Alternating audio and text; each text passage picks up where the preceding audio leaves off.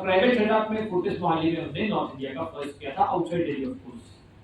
तो मैं आपको दिखाता हूँ एक पेशेंट, ये हमारा एक पहले पेशेंट है अपोज लास्ट ईयर वाली। तो ये आप पेशेंट का देख सकते हैं, पेशेंट को पार्किंसन है, 4 या 5 साल से था, इनको चल नहीं पाते थे, सपोर्ट लेनी पड़ती थी। अभी इनका स्टिमुलेशन मैंने आपको ऑफ था, अब ऑन करके दिखाया है। ये बैटरी ऑन है, 100 मीटर स्प्रिंट तो नहीं मार रहे हैं, लेकिन बहुत बेहतरीन तरीके से चल रहे हैं।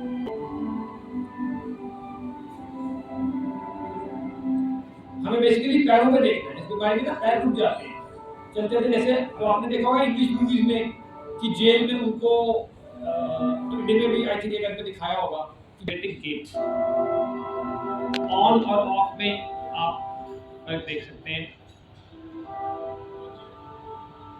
हमारे भी आना था, अनफॉर्चुनेटली किसी काम से वो आ नहीं पाए। नॉर्मली हम लेक्चर इकट्ठे तरह पसंद करते हैं। मैं डॉक्टर निशित सावल, मैं सीनियर न्यूरोलॉजिस्ट हूँ फोर्टिस मोहाली में। मैंने डीएम न्यूरोलॉजी अपना एम्स न्यू दिल्ली से किया है।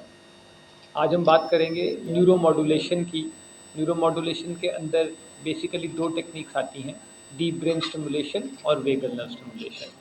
Deep brain stimulation mainly Parkinson नाम की बीमारी के लिए यूज़ होता है, पर शरीर में जितनी भी कंपन वाली बीमारी हैं उन सब में डीबीएस मददगार होता है। डीप ब्रेन स्टिमुलेशन सभी पार्किंसन के लिए काम नहीं करता है। पार्किंसन कई प्रकार के होते हैं, सिर्फ अच्छे पार्किंसन में काम करता है।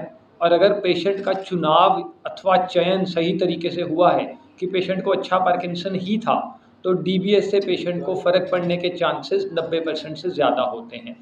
मेन पॉइंट है कि अच्छा पार्किंसन होना चाहिए। सेकेंडली, डीबीएस सब कुछ ठीक नहीं करता है। डीबीएस मोटर मैनिफेस्टेशंस ठीक करता है, पेशेंट का चलना फिरना ये सब बेटर हो जाता है। इसमें हम छाती में एक बैटरी डालते हैं छोटी सी, और पेशेंट के दिमाग में 2 तारे डालते हैं।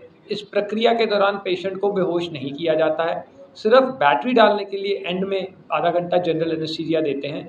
उससे पहले जैसे डेंटिस्ट आपके दांत को छेद करने के लिए लोकल एनेस्थीसिया देता है, खोपड़ी में लोकल एनेस्थीसिया दे के वहाँ से 2 तारे डालते हैं। पेशेंट उस वक्त जाग रहा होता है, हमसे बात कर रहा होता है, हम पेशेंट से लिखवा रहे होते हैं, हमारा हाथ दबाता है, पकड़ता है, बहुत सी प्रक्रियाएं की जाती हैं।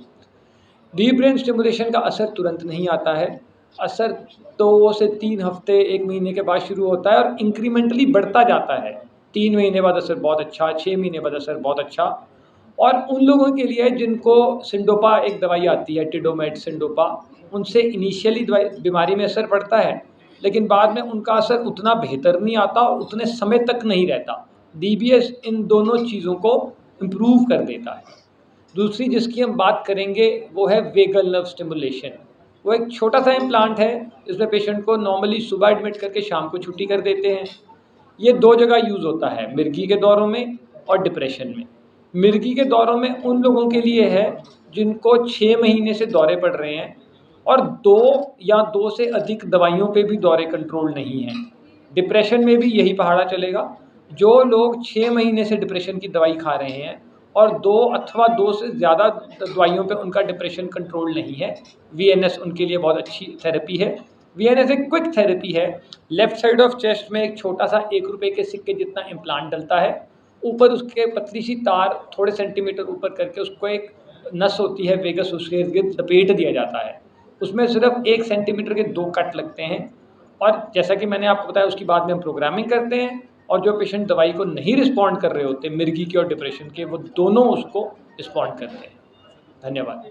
सर एक क्वेश्चन रहेगा सर, ये जो क्या कर सकता है क्या नहीं कर सकता? डीप है कि डीबीएस में मेन लिमिटेशन तो कॉस्ट का आता है, क्योंकि जैसे मैंने आपको बताया कि फॉरेन में तो सारे करा लेते हैं। सेकंड जो फंडा आता है कि डीबीएस सिर्फ अच्छे पार्किंसन में काम करेगा। पार्किंसन कई तरह का होता है, ये बहुत इंपॉर्टेंट होता है कि जो आपको बंदा डीबीएस के लिए गाइड कर रहा है वो इतना ट्रेंड हो कि वो अच्छे पार्किंसन और बुरे पार्किंसन को डिफ्रेंशिएट कर सके। वो सिर्फ क्लिनिकली नहीं होता है, उसमें हम एक स्पेशल एमआरआई कराते हैं जिसको मूवमेंट डिसऑर्डर प्रोटोकॉल एमआरआई करा बोला जाता है। कई बार कुछ स्पेशलाइज्ड पेट स्कैन्स आते हैं, ट्रोडैट पेट वगैरह, उनको भी कराया जाता है। ये डिसीजन बहुत इंपॉर्टेंट है कि इस पेशेंट को अच्छा पार्किंसन है कि बुरा पार्किंसन है। बुरे पार्किंसन में डीबीएस काम नहीं करेगा, this is extremely important. Hence DBS कराने से पहले आपको DBS मतलब DBS जिस आदमी ने आपको रिकमेंड किया है, इट इज़ वेरी इंपॉर्टेंट कि दे शुड बी, उन्हें डिफ्रेंशिएशन में कोई डाउट नहीं होना चाहिए कि जब DBS के लिए पेशेंट भेजा जाता है तो one has to be very sure कि उसको अच्छा पार्किंसन ही है, ये इंपॉर्टेंट है।